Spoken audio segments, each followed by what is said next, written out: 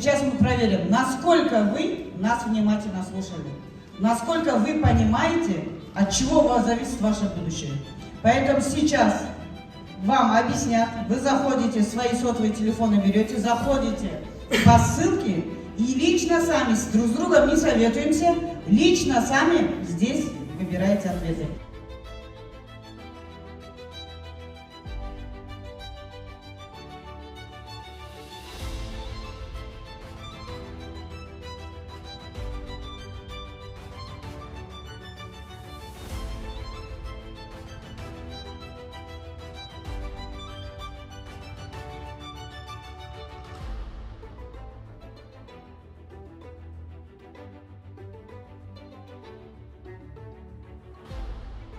Нұрали деген батыр бізде қазір өзі тестінің сұрақтары бойынша жауап береді.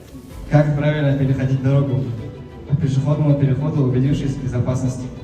Что считается нарушением при выбросе мусора? Выброс мусора мимо урны или в неположенном месте? Кто такой дроппер? Человек, передающий свои счета или карты мошенникам. Біздің айтқанымыз сендерге жетіп па? Жетіп па?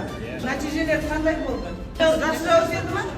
Бұл бізде пилоттық жоба.